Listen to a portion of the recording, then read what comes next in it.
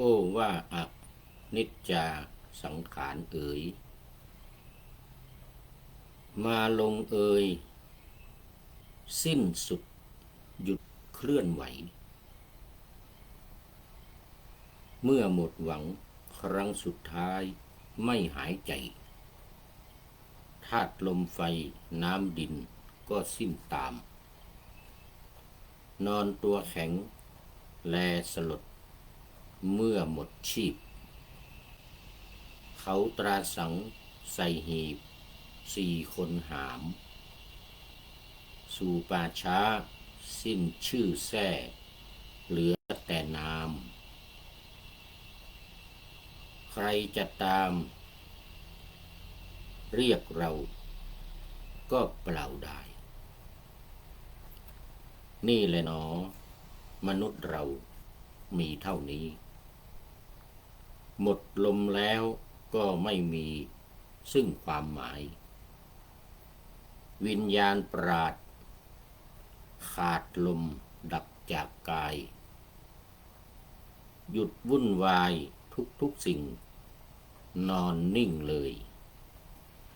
ขอถวายความนอบน้อมแด่พระรัตนตรัยมีพระพุทธเจ้าเป็นต้น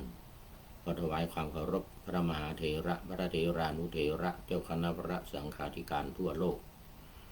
มีพระเดชพระคุณพระธรรมเสนาบดีเจ้าคณะภาค7วัดพระธาตุดอยสุเทพเป็นต้นและขออำนวยพรแด่ท่านผู้ฟังท่านผู้ชมสาธุชนพุทธบริษัททั้งหลายวันนี้รายการธรรมะหลังธรรมวัดเย็นของวัดพระธาตุดอยสุเทพออกอากาศทางสถานีวิทยุพระพุทธศาสนาแห่งชาติและจริยธรรมวัดพระธาตุดอยสุเทพระบบ FM 96 เมกะเฮิรตซ์มีพ่อครูวันลบนามบุญพรหมเป็นผู้อำนวยการอาจารย์พระมหาประสิทธิ์ปัสสาธิโกเป็นหัวหน้าสถานีและอาตมาภาพพระครูปริยัติยานุศาสตร์เป็นผู้บรรยายเป็นประจำทุกวันเวลา 18:40 นาทีถึง 19:10 นาทีเว้นวันพระวันนี้ก็บันทึกเสียงล่วงหน้ามาประมาณ6 ชั่วโมงกว่า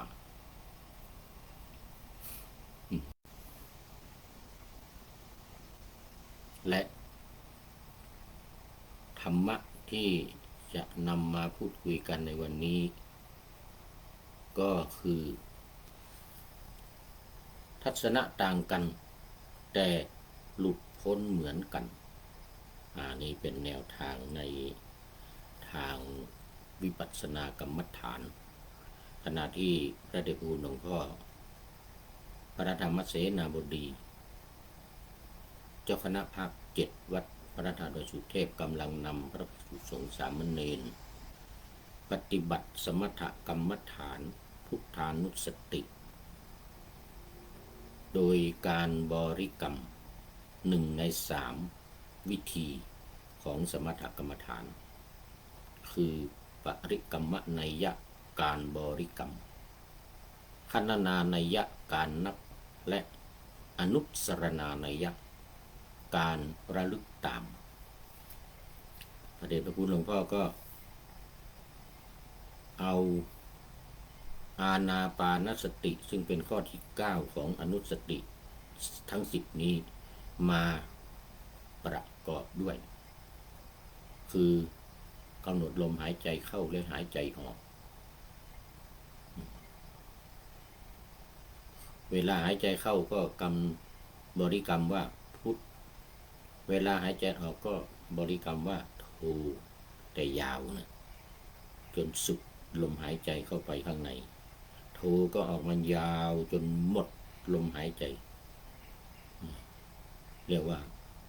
จนเหนื่อยว่านะ นี่เป็นวิธีการของพระเดชพระคุณหลวงพ่อทำมาโดยตลอดบางทีก็บวกคณนานัยยะเข้าไปด้วยคือหายใจเข้ายาวๆพุทหายใจออกยาวๆโทแล้วก็นับ1นี่นะ2 3 4 5ไปเรื่อยๆจนถึง56 คือคุณของพระพุทธเจ้า56อันนี้ว่าตามอักษรภาษาบาลีนะ56ค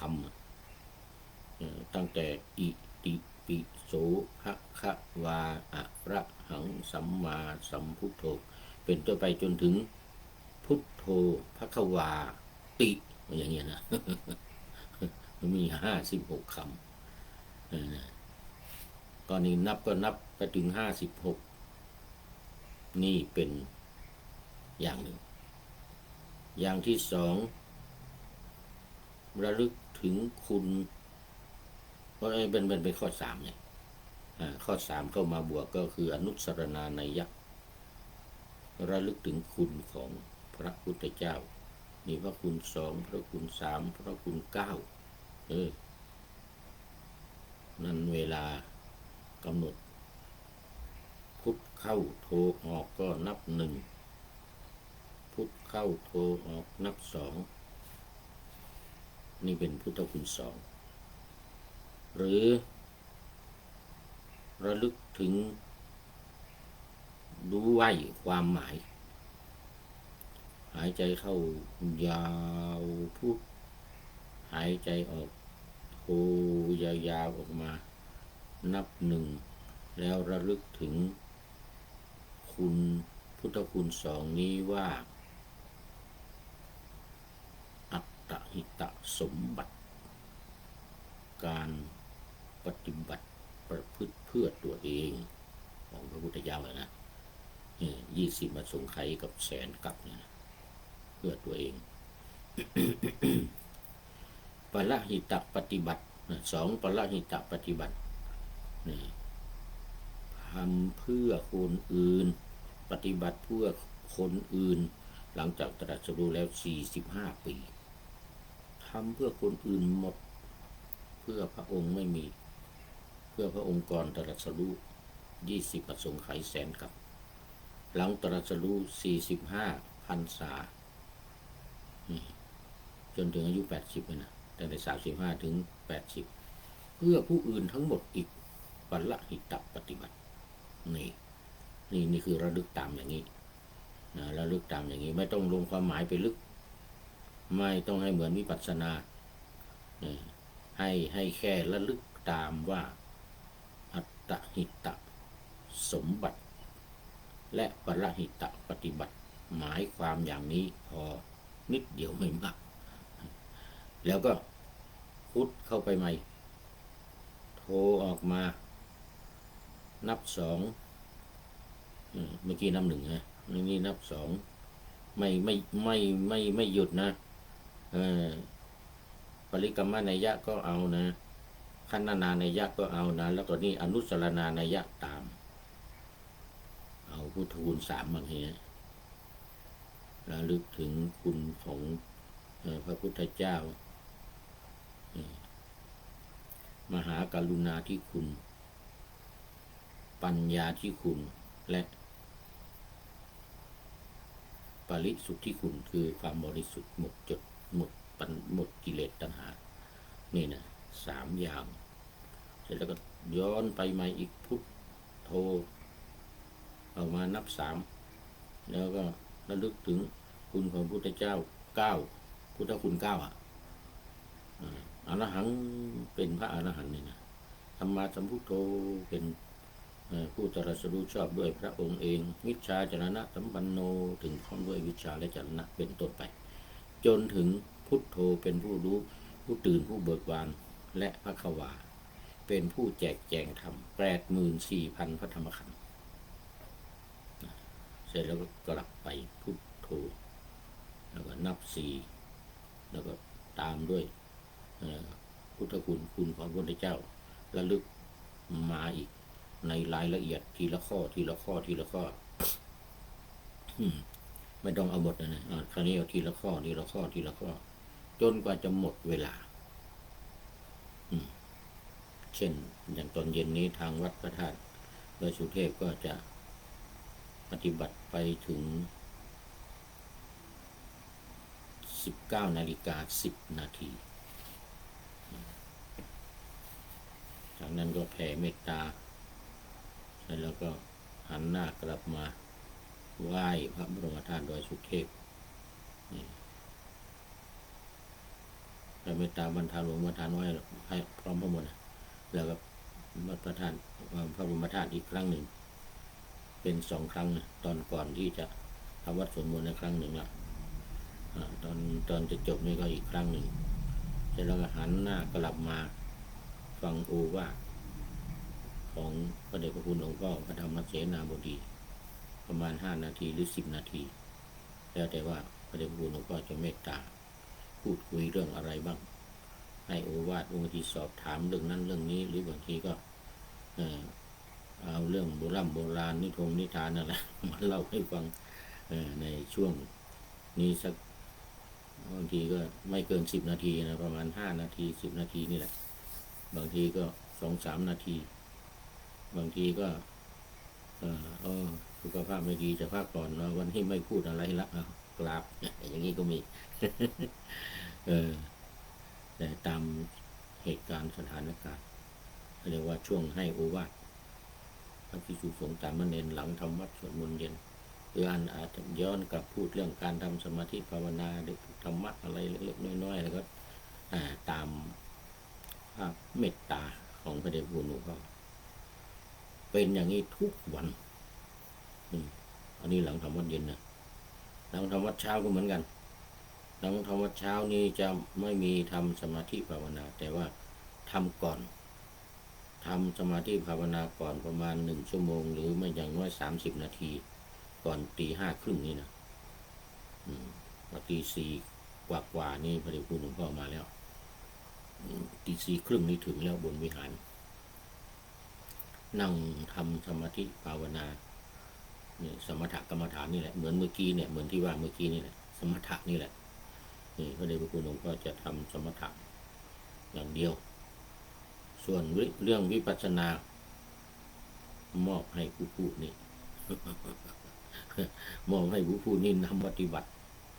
ทางวิทยุก่อนจะไปออกวิทยุก็เนี่ย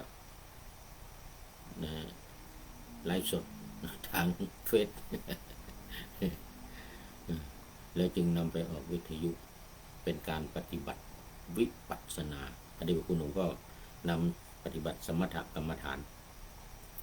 นี่ผู้พูดนี้เป็นผู้นำทำวิปัสสนานี่ก็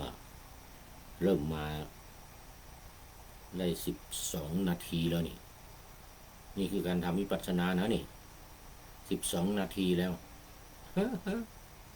สมถะก็มี1บริกรรม2นับ3ระลึกตามใช่ไหม3 อย่างบริกรรมนัยยะคณนานัยยะอนุสรณานัยยะแต่วิปัสสนานี้3เหมือนกัน1ฟัง2คิด3พิจารณานี่ก็พูดให้โยคีผู้ปฏิบัติท่านทั้งหลายเป็นโยคีผู้ปฏิบัตินะที่กำลังรับฟังอยู่เนี่ยทางวิทยุเนี่ยเขาก็ว่าเสียงในวิหารปิดแล้วตัดเสียงในวิหารมาสถานีวิทยุแล้วก็เอาเสียงของผู้พูดนี้ออกแทนปุ๊บทันทีเลยพอกล่าวคำขอกรรมฐานขึ้นกรรมฐานจบเลยอหังพันเตปีติอุปจาระสมาธิงยาจามิจบนี่นะเสียงของผู้พูดจะออกทางวิทยุทันทีเลยเสียงในวิหารตัดเสียงในวิหารมาถึงผู้พูดทันทีเลยเหมือนเมื่อกี้เนี่ยพอจบ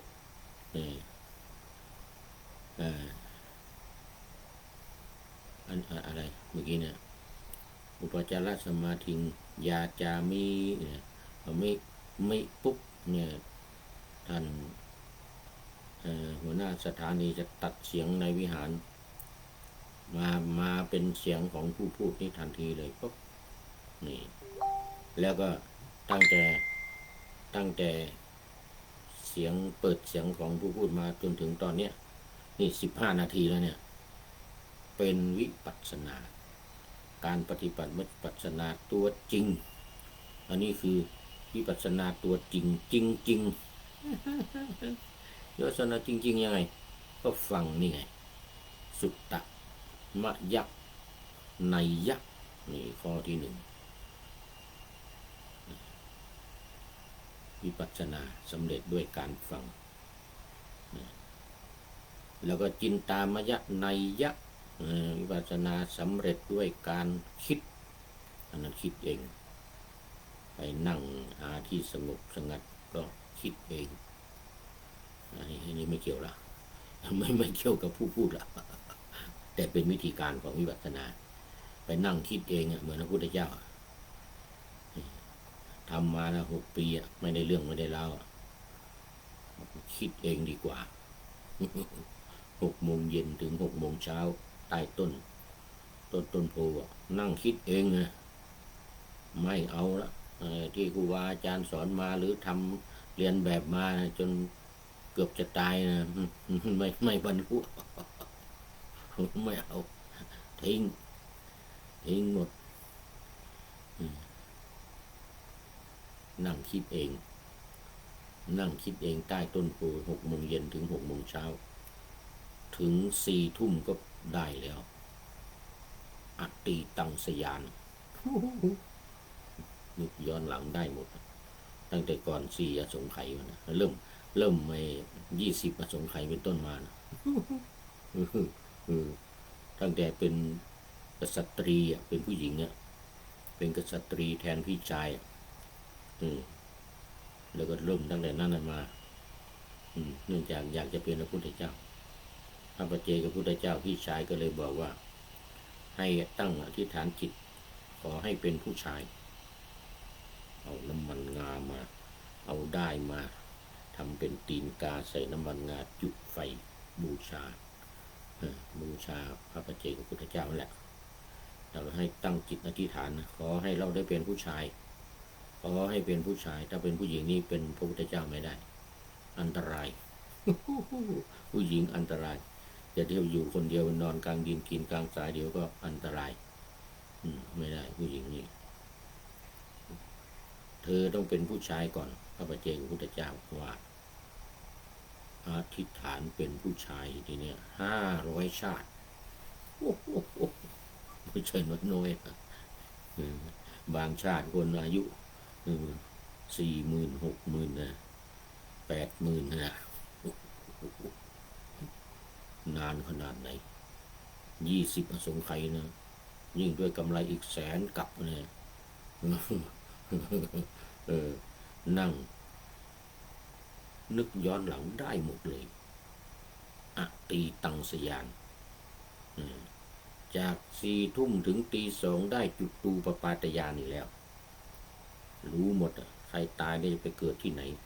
ใครเพราะว่าทำกรรมอะไรใครทำกรรมอะไรไปก็ต้องรับกรรมของตัวเองก็ไปตามนั้นทำดีก็ไปสวรรค์ทำไม่ดีก็ไปนรกรู้หมดเรียกว่าจุตูปปาตญาณรู้ความเป็นไปของสัตว์ตามกรรมของใครของมันตี 2ถึง 6 โมงเช้านั่งคิดเหมือนนะตี 2ถึง 6 โมงเช้าได้แล้วอาสวัคยญาณรู้ว่าอาสวะ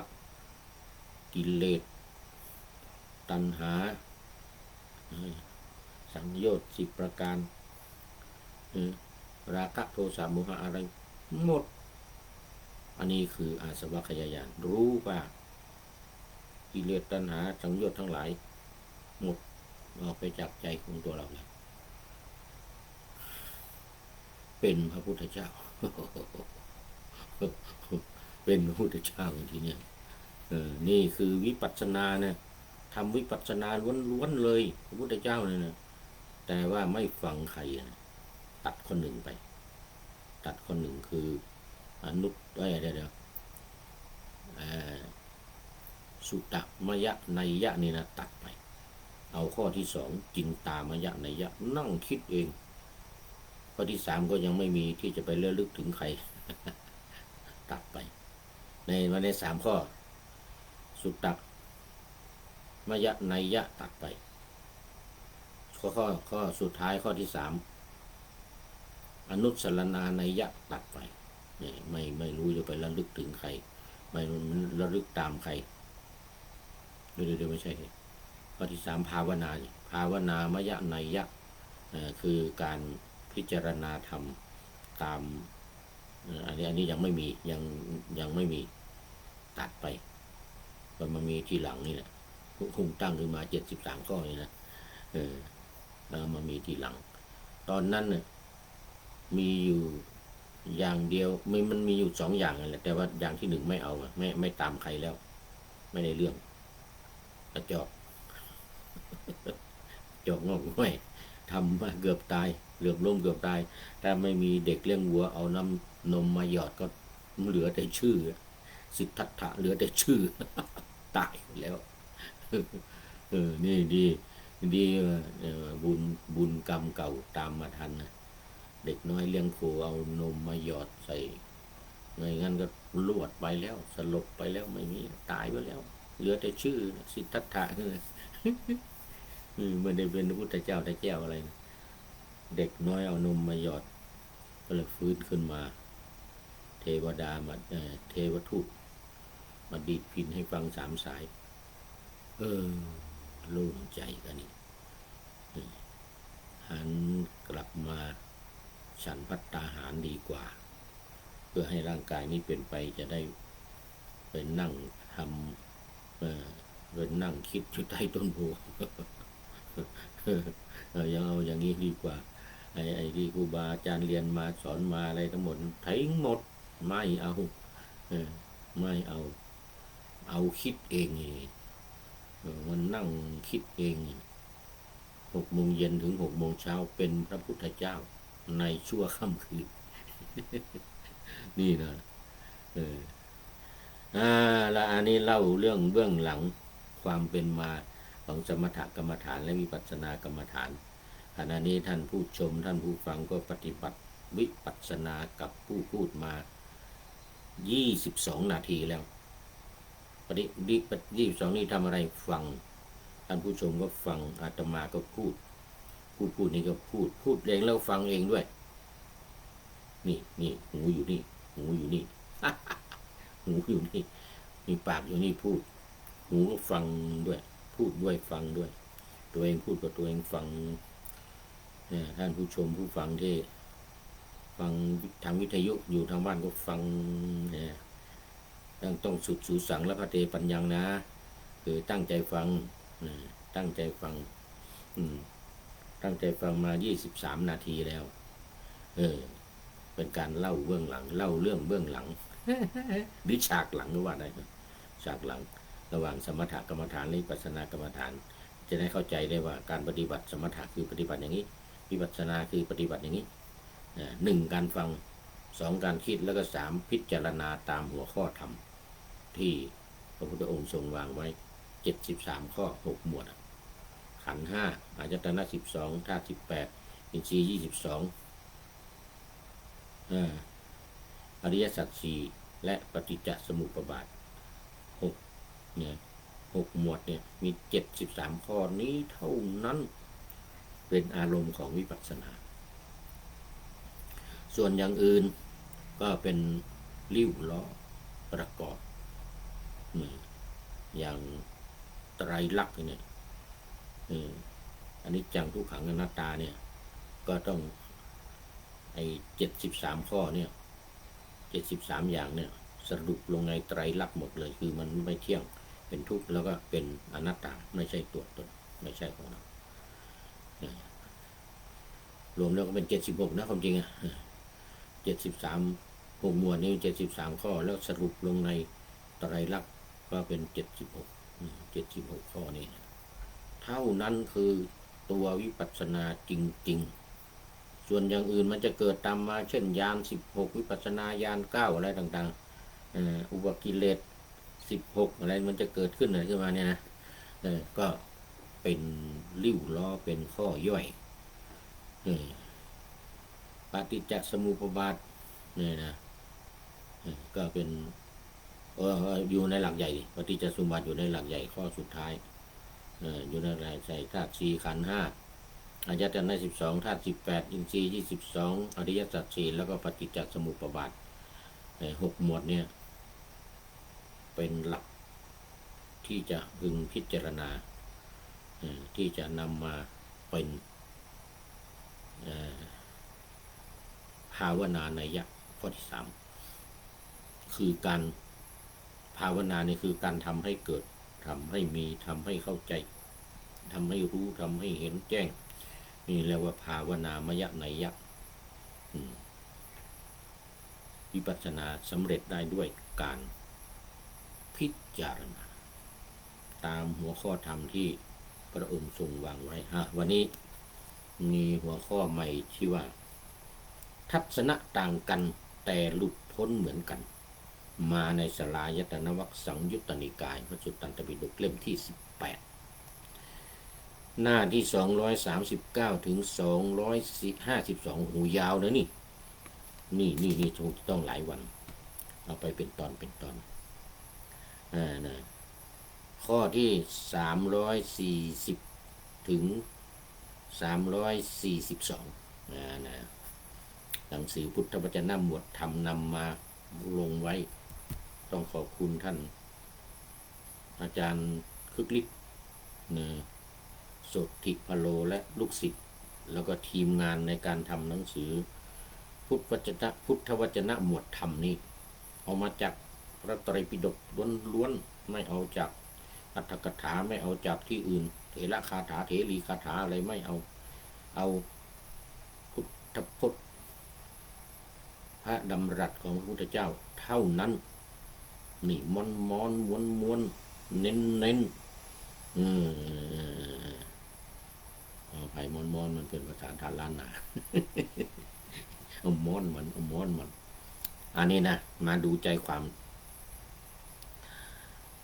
ภิกษุรูปหนึ่งเข้าไปถามปัญหากับภิกษุหลายรูปแต่ก็ไม่ยินดีในคำตอบเหล่านั้นในการพยากรณ์ปัญหาของภิกษุเหล่านั้นจึงได้เข้าไปเฝ้าพระผู้มีพระภาคแล้วทูลว่าข้าแต่พระองค์ผู้เจริญข้าพระองค์ขอโอกาสข้าพระองค์เข้าไปหาภิกษุรูปหนึ่งถึงที่อยู่แล้วได้ถามว่าอาวุโสทัศนะของภิกษุเป็นอันหมดจดดีด้วยเหตุเพียงเท่าไรเนาะนะเมื่อข้าพระองค์ถามอย่างนี้แล้วภิกษุนั้นได้กล่าวกับข้าพระองค์ว่าอาวุโสทัศนะของภิกษุเป็นอันหมดจดดีด้วยเหตุที่ภิกษุรู้ชัดเหตุเกิดและความดับแห่งผัสสะยตนะ6ตามความเป็นจริงภิกษุรูปนั้นพูดอย่างนี้ข้าแต่พระองค์ผู้เจริญทีนั้นแลข้าพระองค์ได้ยินดีด้วยการพยากรณ์ปัญหาของภิกษุนั้นจึงเข้าไปหาภิกษุรูปอีกรูปหนึ่ง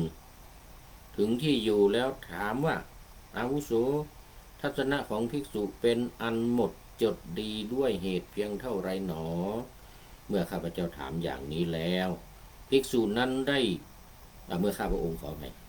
ภิกษุนั้นได้กล่าวกับข้าพระองค์ว่าอาวุโสทัศนะของภิกษุเป็นอันหมดจดดีด้วยเหตุที่ภิกษุรู้ชัดเหตุเกิดและความดับแห่งอุปาทานขันธ์ทั้ง5ตามความเป็นจริงเมื่อกี้นี่อายตนะ6นะขันธ์5นี่อยู่ในวิปัสสนานี่แหละทั้งอายตนะ6ทั้งขันธ์5อยู่ในวิปัสสนาที่พิจารณากันอยู่ทุกวันทีนั้นแลข้าพระองค์ได้ยินดีด้วยการพยากรณ์ปัญหาของภิกษุนั้นจึงเข้าไปหาภิกษุอีกรูปหนึ่งถึงที่อยู่แล้วได้ถามว่าอาวุโสทัศนะของภิกษุอันหมดจดดีด้วยเหตุเพียงเท่าไรเนาะเมื่อที่ว่าทัศนะหมดจดดีนี่ก็หมายถึงการบรรลุนะการบรรลุธรรมอย่างใดอย่างหนึ่งนะเช่นโสดาบันสกทาคามีอนาคามีด้วยนะจนถึงอรหันต์นี่เขาเรียกว่าทัศนะเนี่ยถ้าจะให้ดีเพิ่มคำว่าญาณทัศนะด้วยกัน เมื่อข้าพระองค์ถามอย่างนี้แล้วภิกษุนั้นได้กล่าวกับข้าพระองค์ว่าอาวุโสทัศนะของภิกษุเป็นอันหมดจดดีด้วยเหตุที่ภิกษุ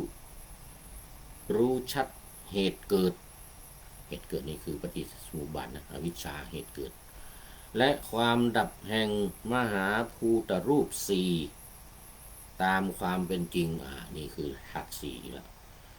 มหาภูตรูปสี่นี่ก็คือดินน้ำลมไฟลมเรียกว่ามหาภูตรูปสี่คือดินธาตุดินธาตุน้ำธาตุลมธาตุไฟเนี่ยเอาดูไปดูมาหมดเวลาเอาต้องยุติไว้แค่นี้ก่อนเพราะมันยาวมันมีตั้งหลายหน้าวันนี้ก็เอาเท่าไหร่3นึงมัน1 2 3 4 อย่างอายตนะ6ขันธ์5แล้วก็อันนี้คืออะไรอันนี้คือมหาพุทธรูป4อายตนะ6ขันธ์5มหาพุทธรูป4ตามความเป็นจริงรู้ตามความเป็นจริงอันนี้คือจะทำให้ทัศนะหมดจดดีก็คือบรรลุธรรมก็คือได้ดวงตาเห็นธรรมที่ว่าหมดจดดีนี่นะเราเอาไว้แค่นี้ก่อนนึกจากว่ามันหมดเวลาดูไปดูมามันหมดเวลาซะก่อนเนาะเอาไว้แค่นี้ก่อนเดี๋ยวเราจะมาต่อกันในวันต่อไปเพราะว่ามันยาวเราว่าหมดแล้วเราก็สรุปอีกทีหนึ่งวันนี้ก็มาดูข้อคิดท้ายรายการวันนี้ได้จากผู้ใดหนอแลจรัญพัฒน์โชติภัทรชัยนี่เป็นนักประพันธ์ร้อยกรองบทประพันธ์มากมายเหมือนกันนานๆทีได้ออกมาเป็นคติในท้ายรายการจรัญพัฒน์บอกว่าโอ้ว่านิจจาสังขารเอ๋ยมาลงเอ่ยสิ้นสุดหยุดเคลื่อนไหวเมื่อหมดหวังครั้งสุดท้ายไม่หายใจธาตุลมไฟน้ำดินก็สิ้นตามธาตุลมไฟเหมือนเมื่อกี้นะมหาพุทธรูปสี่ นอนตัวแข็งแลสลดเมื่อหมดชีพเมื่อตายนั่นเองเขาตราสังใส่หีบ4 คนหามผมจริงเป็นสัจธรรมนะเนี่ย4 คนหามนี่ก็จะหมายถึงธาตุ4นะดินน้ำลมไฟแต่ว่า4 คนหามในที่ก็หมายถึง4 คนหามไปสุสานก็สุป่าช้าสุสานก็ได้สู่ป่าช้าสิ้นชื่อแท้เหลือแต่น้ำใครจะถามเรียกเราก็เปล่าเลยนี่แหละเนาะมนุษย์เรามีเท่านี้หมดลมแล้วก็ไม่มีซึ่งความหมายวิญญาณปราดขาดลมดับจากกายหยุดวุ่นวายทุกสิ่งนอนนิ่งเลยนี่คือสัจธรรมของชีวิตทุกคนต้องเป็นอย่างนี้หมดใครหลุดพ้นใครหลีกลี่หนีความตายนี้ไปไม่ได้ขอบคุณจรัญพัฒน์โชติภัทรชัยไว้หน้าที่นี้เป็นอย่างยิ่งที่ให้ข้อคิดนี้มาในท้ายรายการ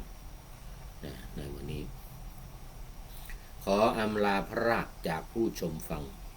ที่เดินยืนนั่งนอนฟังทั้งหลาย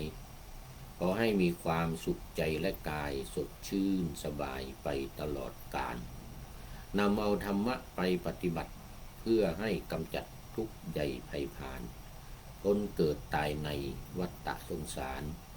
บรรลุนิพพานทุกท่านกันเถิดขอเจริญพร